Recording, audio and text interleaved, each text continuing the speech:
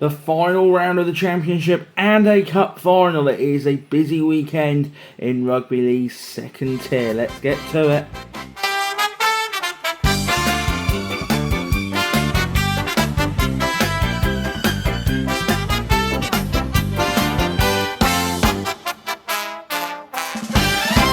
Hello everyone, yes, welcome back to Game Day RL and welcome back to Championship Weekly. Thanks for the support on the last episode. That's now past 100 views, which for a brand new series is a very solid start. We can be going at 100 views consistently for the first few months of this. I'll be very pleased with that. Welcome to the second trial episode of Championship Weekly. Then if you did miss last week's episode and wondering what on earth is going on here, a little quick explanation. Championship Weekly is 1 hour of speaking all things Championship Rugby League, whether that's news, transfers, results, fixtures, everything you need to know about what's happened in the last week of Championship Rugby League.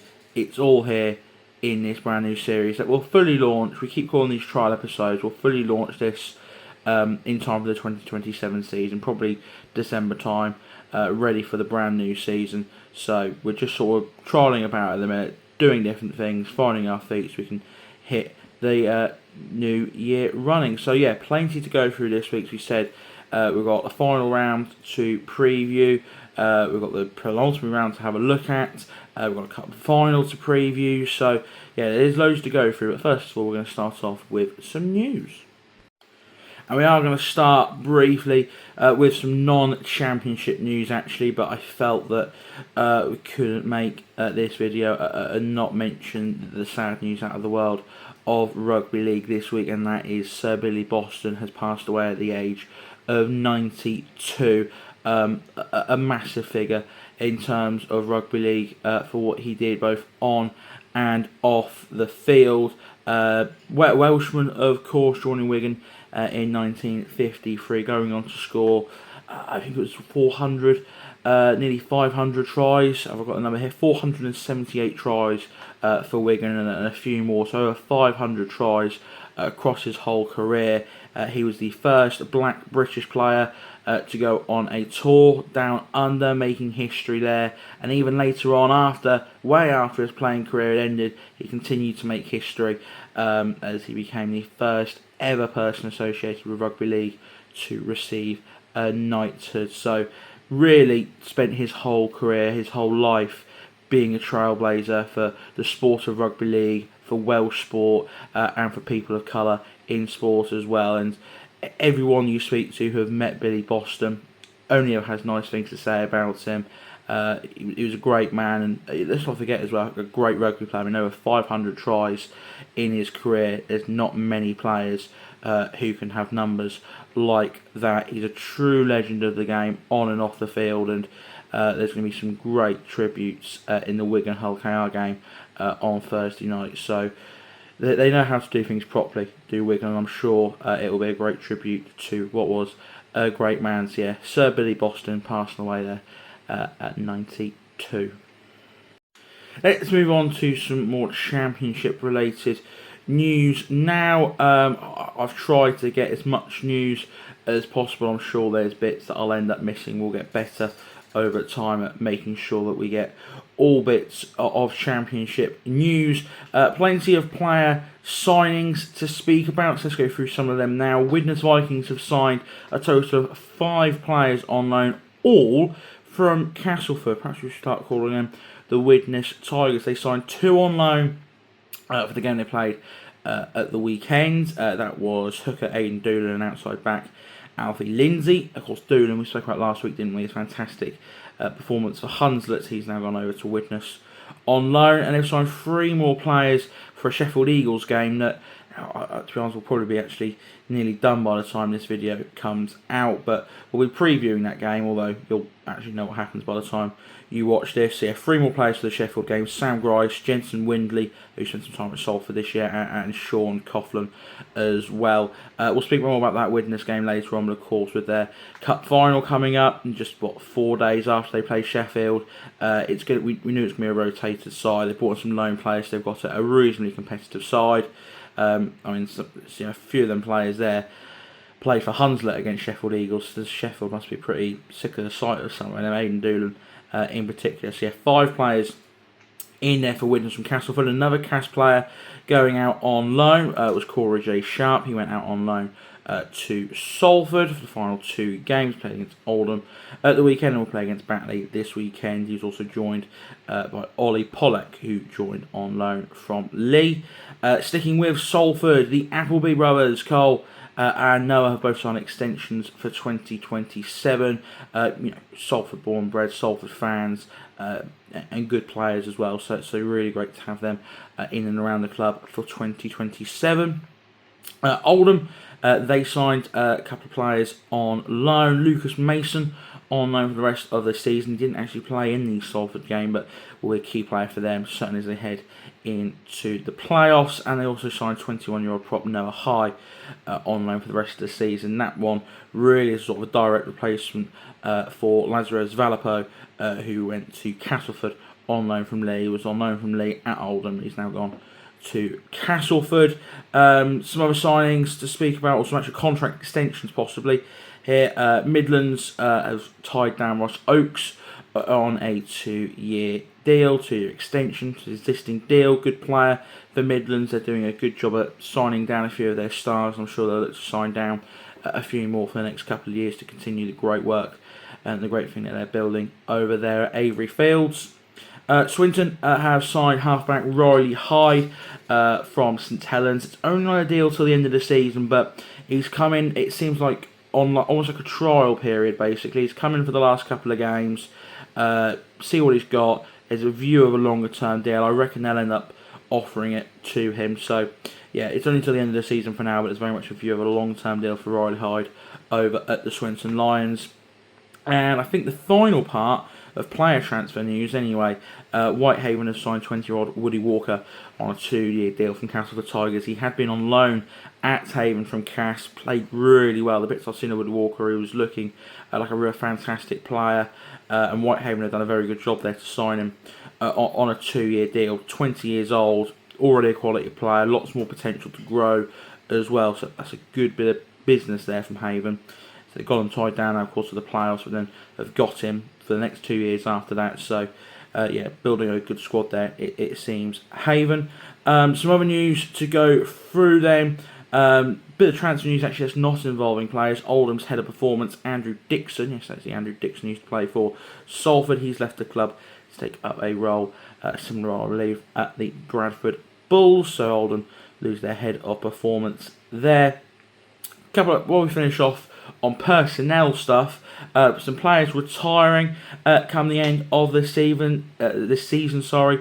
Steve Scully is retiring from Workington, 30 years old. Been a great forward for Workington Town, nearly 200 appearances for the Cumbrian outfit. He will retire after this weekend. Yes, been a great servant for Workington. Very solid championship forward, nearly 200 appearances. He'll be missed at Town, I'm sure. I wonder if he'll maybe have a role in the background going forward, and a couple of retirements for the Batley Bulldogs as well. Alistair Leake and Lucas Walshaw both hanging up their boots. Alistair Leake, well, he has been at Batley for quite a while now, hasn't he, since 2013. 284 appearances there for the Cumbrian hooker, but he is hanging up his boots. Not after this weekend, actually, I should say, because of course Batley are now, spoiler alert, in the playoffs. So yeah, a little bit of a spoiler there for you, but yeah, they will have at least 2 more games to play. Lucas Walshaw at 34, he is retiring. He's had more Batley appearances than I thought, actually. 133 since joining in 2020. He's been at Bradford, Dewsbury, Wakefield. He's spent most of his career, over half his career in fact, with the Bulldogs. Second rower, again another quality player. So 2 veterans of the game, really good players. They're retiring from Batley. They'll want to be replacing them for next season, that's for sure. And some non-player news, couple news on a couple of clubs. North Wales Crusaders, they're still awaiting news on their licence. It is being worked on. They are in communications with the RFL, but it seems like it's just taking a bit longer than they were hoping for. All the things that are coming out of Wales Crusaders, North Wales Crusaders, whatever you want to call them, for this season, seeming really positive for next season. I think they've got some good people in charge now, so I don't see there being a problem. I understand why the RFL being a little bit cautious, because they've had some muck-ups over the last couple of years, haven't they? They've got to be really cautious, but I don't think Crusaders will have any problem, and we need a presence. We need a presence in more places. We should have a presence in Ireland. We should have a presence in Scotland. We've got a presence in Wales, but we need to grow it and certainly keep it. So hopefully they do get that licence. I'm also hoping that Featherstone gets a licence for next season as well. I know that's being worked on, but I think that was a little bit further away from being sorted out. And finally, then Newcastle Thunder have announced they will be returning to being a part-time club. They'll still keep a link with York, but it won't quite be the sort of link that we've seen this season, where Newcastle, basically act as York's B side, York's extended quota side, basically. I hope it means Newcastle Thunder can still have a decent squad. With the salary cap, the reason they've had to go back to full time basically is the salary cap. You can't run a full time squad on the salary cap. Certainly the salary cap that they're under. On a 500 grand salary cap, you could maybe have a hybrid system with, maybe a 13 of full-time players and the rest semi-pro. But Newcastle Thunder aren't going to be in that top salary cap. They just quite simply haven't got the income for it. So they're going to be a couple of bits down there. So they're going to have a smaller budget. But I hope they can keep hold of at least some of their good players. They've got a very good squad this year. It is going to be weaker next year, but I don't want them to go back to getting nilled 50 points every week. That's just not beneficial for anyone. But if they can just find a solid squad at semi-pro level, so they can still be challenging for playoffs next year, that would be really, really good. So that's the latest news then coming out of the Championship for this week. Let's have a look at the results from the games that have gone over the last weekend. So let's move on now and have a look at the results from the latest round, the penultimate round of Championship action. We're just going to go in the order that they were played, starting off with Goole Vikings 32, Swinton Lions 28. A very dramatic game, this one. Swinton thought they had sealed it late on, but in the end, a late Keenan Thompson try wins it for the Vikings. Goole actually on a bit of late season form, 4 wins from 5. So it's very much gone under the radar, considering that they're not going to make the playoffs, but that is a very strong end to the season. They actually led most of the match, did Goole. They led for a long period. Swinton then with a good comeback. They were 8 points behind multiple points during the game. So they managed to go 2 points ahead, and then Goole peg it back right at the end. An interesting thing from this game as well was how well the teams did when down to 12 men. Goole got their winner despite being down to 12 men, and Swinton actually got 2 tries despite having a man down. Swinton had Trent Kelly-Duffy sent to the bin for descent, and Goole had Harry Aldous also sent to the bin for descent. But it is Goole who pick up victory, and that defeat for Swinton means that, barring the unlikeliest wins away at London Broncos, they will finish behind their rivals Salford RLFC, which is what we love to see. The Goole try scorers, we should quickly go through them, I suppose, and the Swinton try scorers. Will Brough on debut, he played very well and got a try. Liam Watts, Harry Aldous, Callum Rutland, another who played very well, and Keenan Thompson with the tries. Jack Miller was 6 from 6 with the boot. For Swinton Lions, Jack Stevens, Bobby Shingler, who had a good game with 2. Jordan Brown and Gav Rodden with tries. Jack Stevens was 4 from 5 with the boot. So moving on there, Newcastle Thunder 56, Midlands Hurricanes 20. Tries for Newcastle, Andy Jacassi, Jordan Nick with 2, Brad Ward with 3, Bailey Antrobus, Mitch Clark, Will Robertson, King Vaniawaya with tries. Miles Harrison 8 from 10 with the boot. For Midlands, Ollie Roberts, Ryan Johnson, Matty Crimes with 2, and Crimes was also 2 from 4 with the boot. Midlands got off to a flying start in this game. They were 10-0 up inside 10 minutes, I think it was. Roberts and Johnson with them early tries, and you're thinking, well, they're going to give the Thunder a game here, and then Newcastle, after going 10-0 down, just absolutely ran away with it. King Vaniawaya was fantastic. You'd expect that of a player of his quality, certainly at Championship level.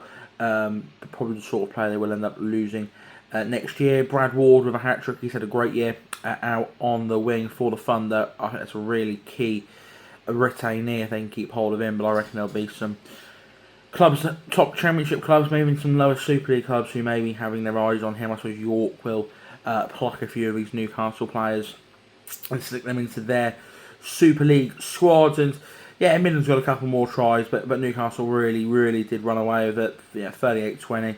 Maybe there was a little bit of hope of a comeback, but Midland starting to gain a little bit of momentum. But Thunderson shut that down in the end. It's a convincing victory for a Newcastle side who now have second place in their hands. They've just got to go to Dewsbury and win now. If they lose, it opens the door for Oldham. But whatever happens to Newcastle, it's been a fantastic season.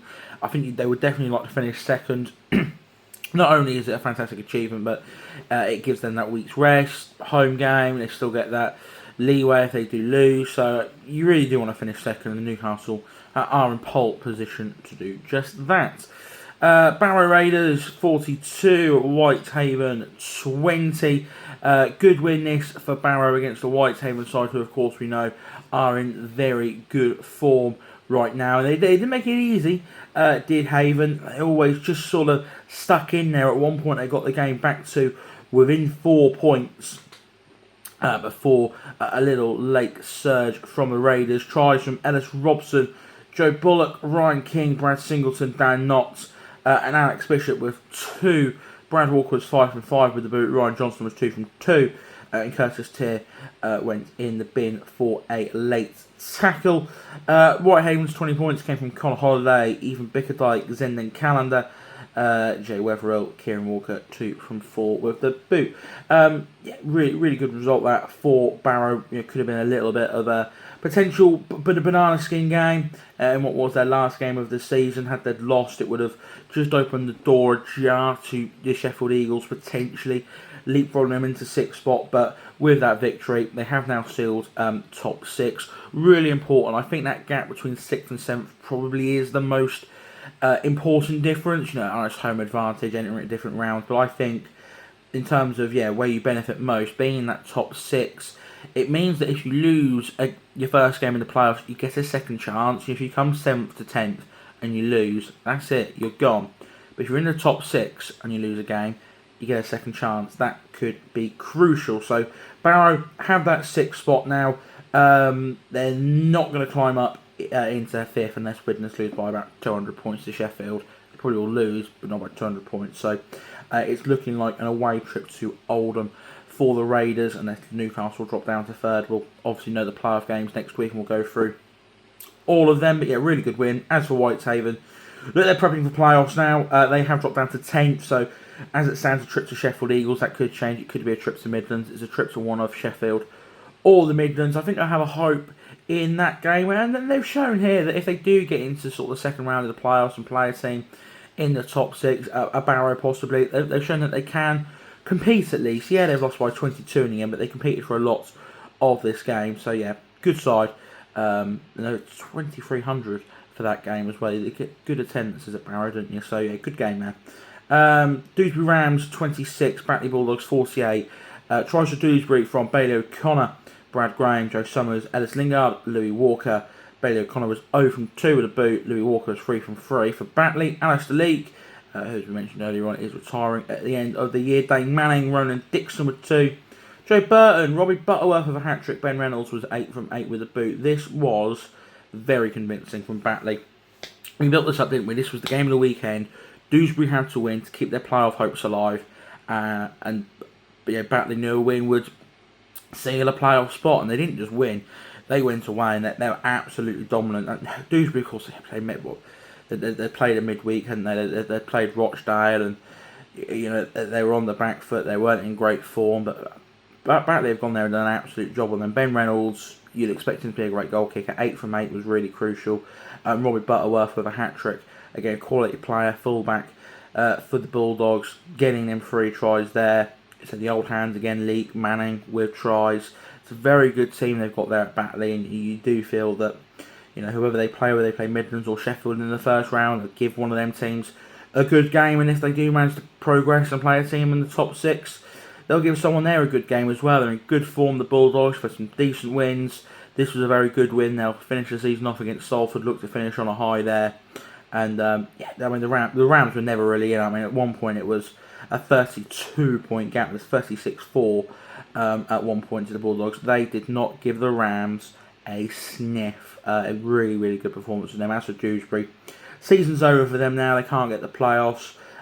They could drop as low as 15th, which is remarkable, really. But yeah, we'll see what happens to them on the last day. But the playoffs, they are not getting. Moving on, Doncaster 24, Sheffield Eagles 18. This was one of the more entertaining games of the weekend, actually. Back and forth. And we'll go through the scoring sequence here. We'll go through the try scores first, actually. Both kickers were 100%, which made this even better. Moose Mustafa, Louis Johnson with a brace, and Connor Robinson. Robinson was 4 from 4 with a boot. And for the Eagles, Connor Bauer, Kieran Gill and Greg Eden with tries. Bauer was 3 from 3 with a boot. So Doncaster went 6-0 up. Sheffield then get it back to 12-6 in front. Then Doncaster go 18-12 up. Then Sheffield get it back to 18-18. And in the end, 24-18 victory for the Dons. Yeah, good win for Doncaster. They just want as much momentum heading into the playoffs as possible. It's a win that should see them into 4th place now in the table, which is an advantage. Definitely, you want to finish 4th over 5th. It's a home advantage. I know we said that finishing 6th over 7th is probably the biggest advantage you can get, but it's home advantage is always something. You always want to play at home, whether you believe in that or not. I certainly think if you're playing a playoff game, you want to be at home. I mean, I watched Salford play a playoff game at home and we lost, but you do want to be at home, that's for sure. So Doncaster look like they've wrapped that up now. Sheffield Eagles, they're going to be in the playoffs. We know that. They're going to be at home. They're going to play one of Batley or Whitehaven. They should win that game. Sheffield have made a good habit this year of beating the lower end sides and doing that really, really well. But when it comes to the top 6, I think they've only had one win against the top 6 all season. They've really, really struggled. They've been an odd team this year, Sheffield, because they've been a top team without sort of beating any of the top teams. They've just sort of been very much, I don't want to say best of the rest, because that's unfair. I mean, they come 7th, so it's not really best of the rest, is it? But they've just not been able to find that next level. They're always going to finish in the playoffs. They're easily a playoff quality side, but I think for next year, they've got to just find that next step. You know, there's teams here who are playoff quality, but then you need to be a team that can actually do something in the playoffs. And I think Sheffield will win their first game. I really do. It'll be a tough one, whether they play Batley or Whitehaven. It'll be a tough game, and I think Sheffield should have enough. But whoever they end up facing in the next round, which I guess would be an Oldham or a Doncaster, so it depends who loses in that one. So it could be an Oldham, Doncaster, Witness or Barrow. It'll be a tough game, and they've really struggled against that sort of opponent this year. So I think they would struggle again, but they're in the playoffs and you've got to be in them to win them, so they'll certainly have an opportunity, that's for sure. There is talent in that side. I'm not doubting there's talent. There's loads of talent in that side. Lots of experience. Your Jordan Abdulls, your Greg Edens, your Connor Bowers. There's some very good players in this side, but I just don't know if they've got enough at the minute to beat one of them top 6 sides, and maybe even mentally as well. That they'll know their record against the top 6 side. That'll be on their mind should they reach that stage of the playoffs. Hunslet 28, Rochdale 18. Hunslet points from Anthony Walker, Jimmy Watson, Eddie Battier, Miles Harrop and Sam Grice. Billy Jarrett with 4 for 5 with the boot. Rochdale tries from TJ Boyd, Jordan Smythe, Matty Unsworth, James Dallimore 2 from 3, Jack Hansen 1 from 2. Rochdale came out the blocks flying here. They were 12-0 up in not even 10 minutes. So you've got to give a lot of credit to Hunslet there. That fast start from Rochdale, 12-0 down so early on. Heads could have dropped. It could have been a battering, but they managed to stay in the game, get themselves in front, very tight. 10 points only in at the end, and that was quite late on as well. And actually a decent game between two sides whose seasons are over. And sometimes you see it in football, don't you, when two teams play each other, when the seasons are over, and you can almost say they're on the beach. There's less to play for, there's less pressure. You see a bit more freedom, and this was a decent game in the end. Kevin Leroy was really impressive for Hunslet. Jarrett good with the boot. Grice on loan. He's now at Widnes, isn't he? But he had a good game. Miles Harrop is a player I really do like. Look, for both of these sides, they just want to finish the season as strongly as possible. Rochdale, of course, had some really good wins recently, led by Jamie Dallimore. Hunslet picking up a victory here. That'll please them. Both of these sides could still finish as high as 11th there. Actually level on points. Hunslet 12th, Rochdale 14th. So I want to try and just finish a little bit higher if they can. But I think they'll have eyes on the playoffs next season. I think most of these teams in the league will probably, assuming it stays the same format, by the way, and I've not mentioned this yet, but the Championship may get split up against the Championship League One. It may stay as it is. Who knows? When I speak about next season, I just speak about next season, assuming everything stays the same. If it changes, then we'll speak about it changing. But for now, I'm just going to assume it's business as usual. So, I think most of these teams in this division, we're thinking there's a couple of playoff spots up for grabs. You know, your top 6 or 7 are probably nailed on each year. I mean, if London go and someone doesn't come down, then maybe there's a couple of extra spots. But there's definitely spots in the playoffs where a lot of teams are thinking we could get them. And Hunslet and Rochdale are thinking if we just get a bit of consistency together, we could be one of those teams up in the playoffs next season. Of course, they can't get into the playoffs for this season. Moving on to a team that will be in the playoffs, London Broncos, another victory for them. London Broncos 58, Halifax Panthers 12. The Broncos wrap up the league leaders' shield to the surprise of, let's be real, no one. Decent effort from Halifax, but it's London at the end of the day, isn't it? London try scorers, hat-tricks for Robert Mathias and Neil Chamambe, brace for Gero Voro, and then tries from Alex Walker, Marcus Stock and Saliva Havili. Voro was 7 from 11 with the boot. Halifax did get a couple of tries, Lloyd Roby, Ben Will with tries, Jesse Sorrett was 1 from 1, and Kieran Rush was 1 from 1. Kieran Rush, joining on loan from Huddersfield, but I don't remember seeing that until I saw the team sheet and was like, oh, Kieran Rush is playing for Halifax. It's an interesting one. London still the league leaders' shield. Never really in doubt, was it?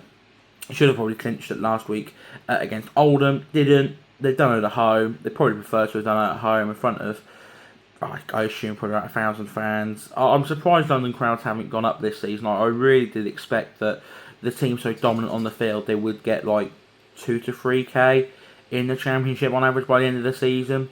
They haven't. I really like to think if they get to Super League, then crowds will go up. Of course, you'll get more away fans, but I think as well with just the home fans in general, having Super League rugby it is going to entice the fans. And I don't mean this in an offensive way. I'll use Salford so it doesn't seem as offensive, but who are fans more likely to see? Are they going to watch games against Swinton, Salford, Halifax, Keighley, or are they going to turn up to watch Wigan, Saints, Leeds, Hull KR?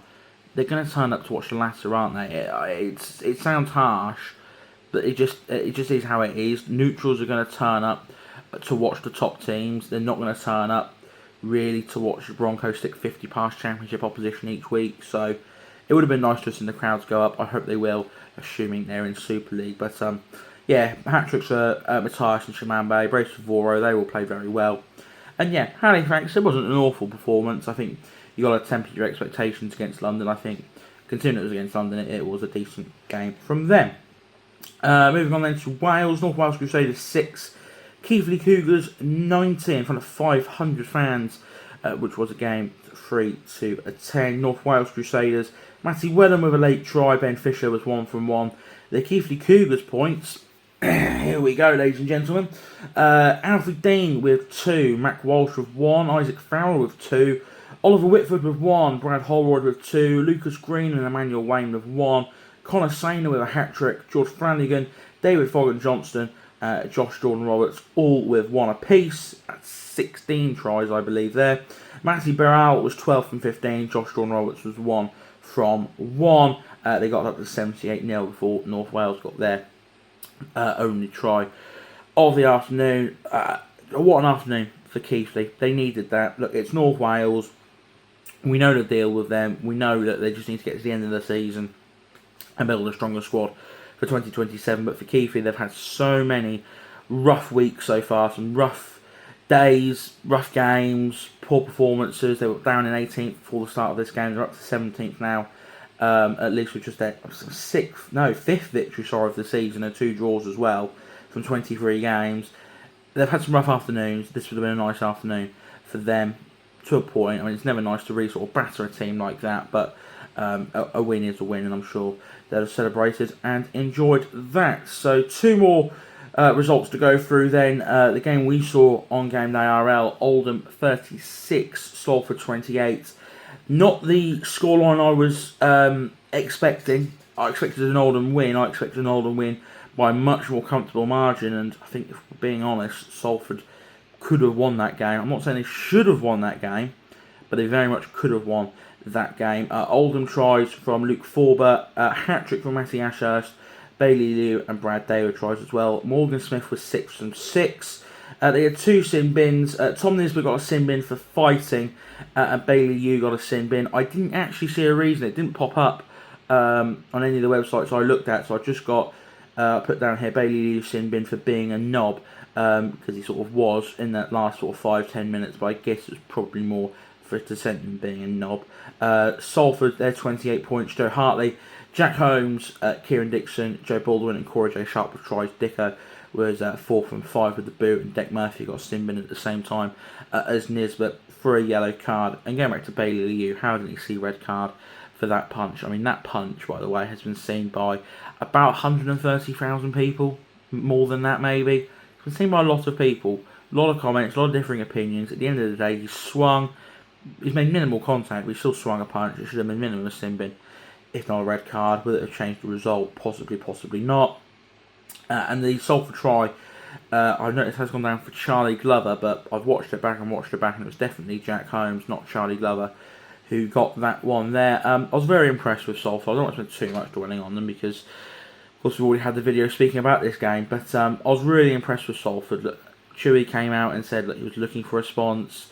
He sort of sent some tough messages out there, some strong messages out there, wanting to go back to the levels that we'd seen, and that's exactly what us fans wanted as well, because we knew that Salford could play better than what they put up against Swinton, and we saw it here. We've seen that this team actually can compete with the top sides, can put up a good fight, can, you know, give it all out there on the field. So it was a really encouraging performance, not just for sort of the rest of this season, but heading into next year, knowing that we'll have new signings, but we've got a good core of players, you know, retained for 2027. It gives me a bit of hope that, you know, actually we could do all right next year. We could get into the playoffs. So, yeah, really pleasing performance despite defeat.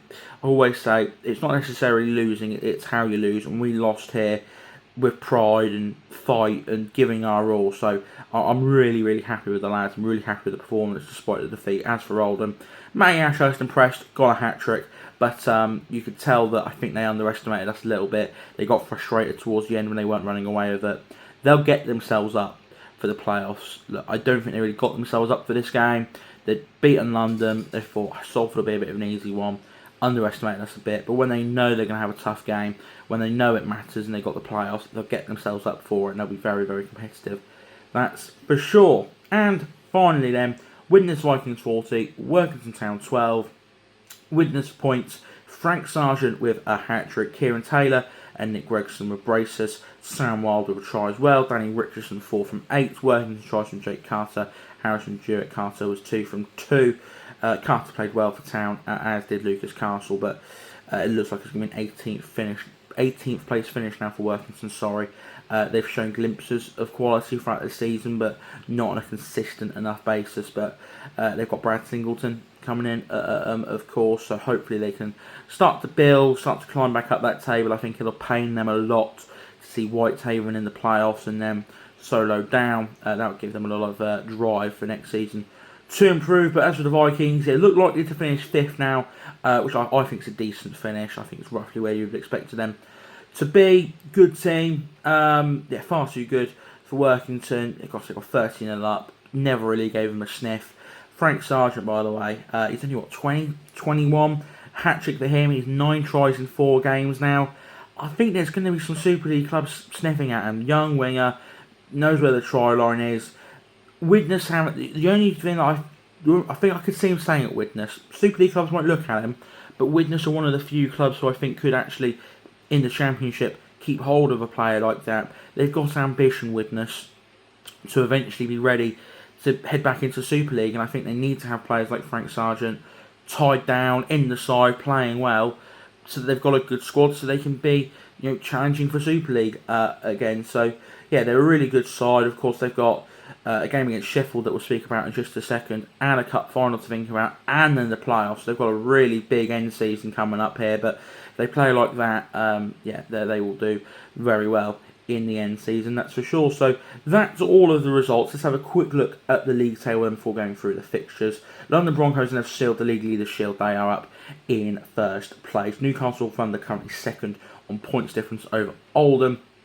Their superior points difference means that they will have to lose to surrender that second place spot. Oldham in third, as we say. Doncaster in fourth, and again a superior points difference should be enough for them, unless it's a really bad defeat and a really good win for Widnes. It isn't 100 points, so it's possible but unlikely. It looks like the Dons are going to finish fourth, which I think is a great finish for them. Widnes fifth, again very solid finish. Barrow sixth.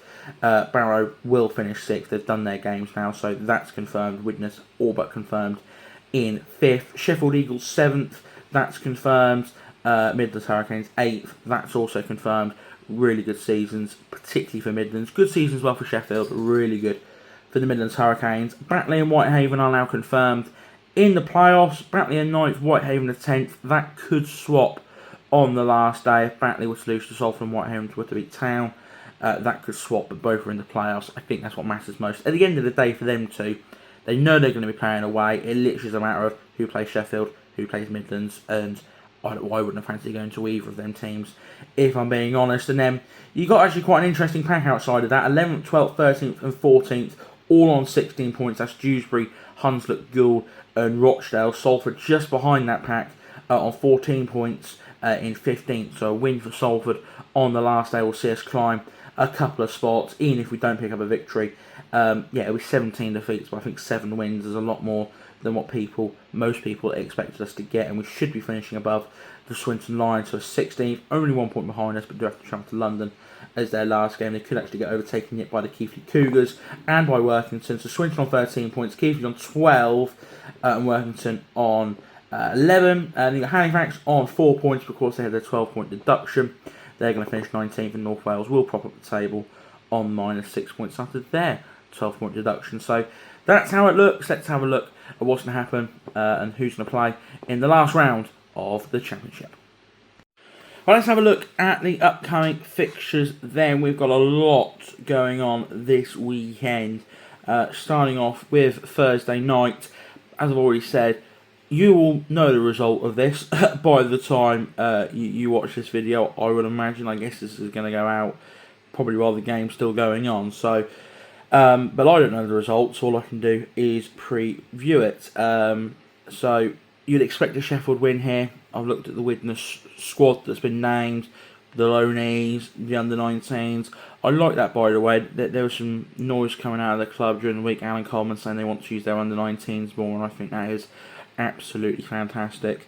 Any club looking to use their academy as much as possible, or local young players, I'm all for that. So it'll be good exposure for some of the Widnes lads.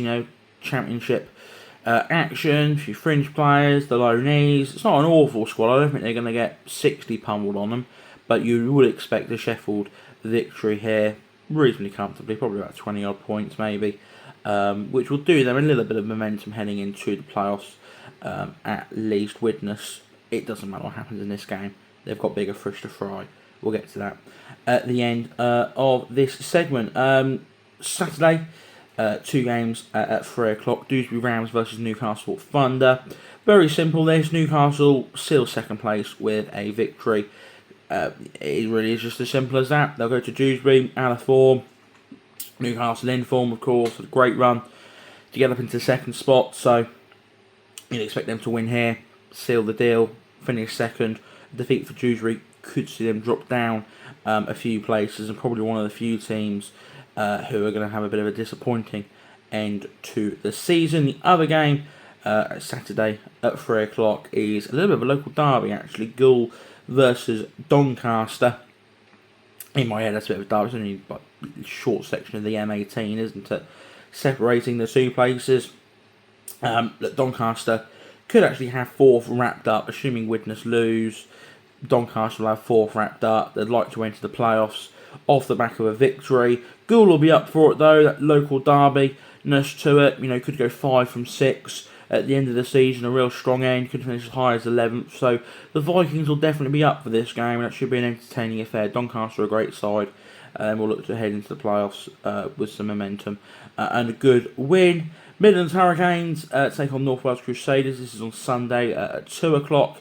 I think we all know what's going to happen here. It should be a win, a comfortable win for Midlands. It's a good fixture for them, really. You know, they're going to get a comfy win here. It's going to give them a lot of momentum. You know, if the playoffs started this weekend, Midlands are heading into the playoffs off the back of a convincing defeat against Newcastle. But instead, they're going to play this game and head into the playoffs off the back of what should be a convincing win over the Crusaders. So, yeah, they'll prep for a home game with a good win here. North Wales just, well, happy that they've made the end of the season, but probably happy that the season is over. They'll definitely be hoping for better things in 2027.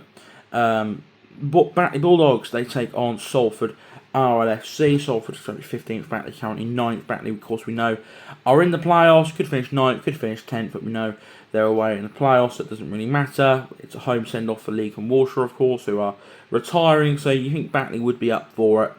You know, get that victory, head into the playoffs with some good momentum, and give them to great players a good send-off. But us at Salford will be looking to finish on a high as well. I'm sure we'll bring a good crowd over to Yorkshire, as we have done all season. We are going to have a separate video speaking just about Salford. We're going to have a Salford season review within the next week or so. Should be mostly positive, really, because it has been a very good year, but hopefully we can make it an even better year and finish off with a win against the Bulldogs. Halifax Panthers versus Keighley Cougars. Two teams probably happy that the season is coming to an end. 19th versus 17th. Is it a local derby? It is a little bit, I suppose, isn't it? Maybe I've offended some fans there, but I sort of see it as a little bit of a local derby anyway from the outside looking in. Yeah, both teams have had tough seasons for different reasons. Keighley have struggled, had a bit of uncertainty with the owners, but that seems to be sorted now. Halifax, of course, went under, got the points deduction, then came back. So I think both teams will just be looking at for 2027 for some improvements on field, although Halifax haven't been awful on field, but certainly some stability off the field. This game could go either way, really, couldn't it? I'm leaning towards Halifax, but end of the season, I think this could be a very good game. One game that definitely is a local derby, Rochdale Hornets versus Oldham, 14th versus 3rd. Oldham may still have a chance of second. I mean, they mathematically will no matter what. It's just, will they go above it with just a win, or will they have to win by about 300 points? So, yeah, it'll be interesting to see what happens there. Dale will want a strong finish. Could finish anywhere from 11th to 15th. Will look to upset their rivals and really end their season on a high. Beating their rivals should be a good game at Spotland there. A Cumbrian derby, Workington Town versus Whitehaven. Haven could finish as high as 9th, currently 10th, playoffs guaranteed, of course, though Town can only go as high as 16th. But I think they'll just want a little bit of bragging rights, wouldn't they? I think they'll be annoyed that Whitehaven are in the playoffs, and they're not. They'll be, seeing their rivals do so well will upset them a bit. So I think get some bragging rights, get that little bit over their rivals. Yeah, Haven still have playoffs, but Town would love to finish the season off with a win over their fiercest rivals. And finally, then we head to Bank Holiday Monday, 3 o'clock at the Halliwell Jones Stadium in Warrington. It's the 1895 Cup final. It's London Broncos versus the Widnes Vikings. We will be at this game. I should say, actually, we will be at two games. We'll be at Batley versus Salford, and we're going to be at London versus Widnes. I'm looking forward to this. London, of course, will be heavy favourites. They'll field the strongest squad they've got. I know they can rotate next week against Swinton, which is their last league game, because they don't start the playoffs till the week after. Widnes do have playoffs next week, but they'll still go as strong as possible. So both of these teams should be well rested, because of course the Widnes players aren't playing against Sheffield, most of them anyway, that will play in this game. So both teams will be well rested, strong squads possible, and go at it. And say London will be the favourites, but we saw, didn't we, at the Halton Stadium, that Widnes, within 6 points of the Broncos, they can compete, they can, give them a good game. So that fills you a bit of hope. We know London can lose. They lost to Oldham. Widnes have come close, and I think the fact that it's not a home game for Widnes, I certainly don't want to suggest that a game at Warrington is a home game for Widnes, but it will have a home sort of atmosphere feel to it, because Widnes are going to outnumber London massively. They got the main stand, which I think is the north stand, I want to say, where the dugouts are and the tunnel is. they got that was split half and half. Widnes sold out their bit, and then sold tickets in the London end, and I think they've sold that out as well. And they've now got some tickets behind the sticks as well, which are going very well at the minute. So London will bring some fans up. It's not like London have literally no fans. They'll bring a couple hundred up, you'd like to think. But Widnes will have a few thousand. 100% they'll have a good few thousand there. So Widnes will be well supported here. And, if they can pull off something here, it will be a massive upset. I think it will be a really good game if they can pull off the upset. And of course, it'll cap off. Well, I won't cap off a good season because they've still got the playoffs to go. But it'll be silverware for Alan Coleman's side will be fantastic. For London, it's expected. Still a fantastic achievement, but it's expected. But if Widnes can get that silverware, then what a season they will have had. And Widnes are a club that should be winning things. London aren't a small club, but Widnes are a big club. I'll maintain Widnes and Salford, probably the two biggest clubs in the... Well, no, not even probably. Widnes and Salford are the biggest two clubs in the league. There's no doubt about it. Widnes are former world champions, won the top flight a few times. Salford won the top flight 6 times. Both teams have won Challenge Cups. You can probably make the argument Widnes are actually slightly bigger than Salford. The Widnes should be winning things, whether they're in Super League or Championship, they should be winning things, so it would be great to see them get over the line and get the job done here. But as I say, it's going to be a really, really tough game. They'll be well supported, but I do think the Broncos will get over the line, but I think it'll be a close, entertaining encounter, and yeah, I'm really looking forward to it. And so with that then, I think we come to the end of this week's episode of Championship Weekly. I think we are just under, or actually quite a bit under, the hour this week. I'd say the hour is only sort of a maximum. We'll change. We'll try to get to as close to the hour as possible. As I say, these are still trial episodes at the minute. It's not fully clean. It's not quite perfect in how we want it to be, but it will get there in the end. So it's all about just starting up, starting to build an audience, and starting to just find our feet. And I think episode 1 went down really well, and hopefully this episode goes down really well as well. So if you enjoyed it, like, subscribe, leave a comment. 2 games on Game Day IRL this weekend: Batley Salford, London Widnes. I'll see you there. Thanks for watching, and goodbye.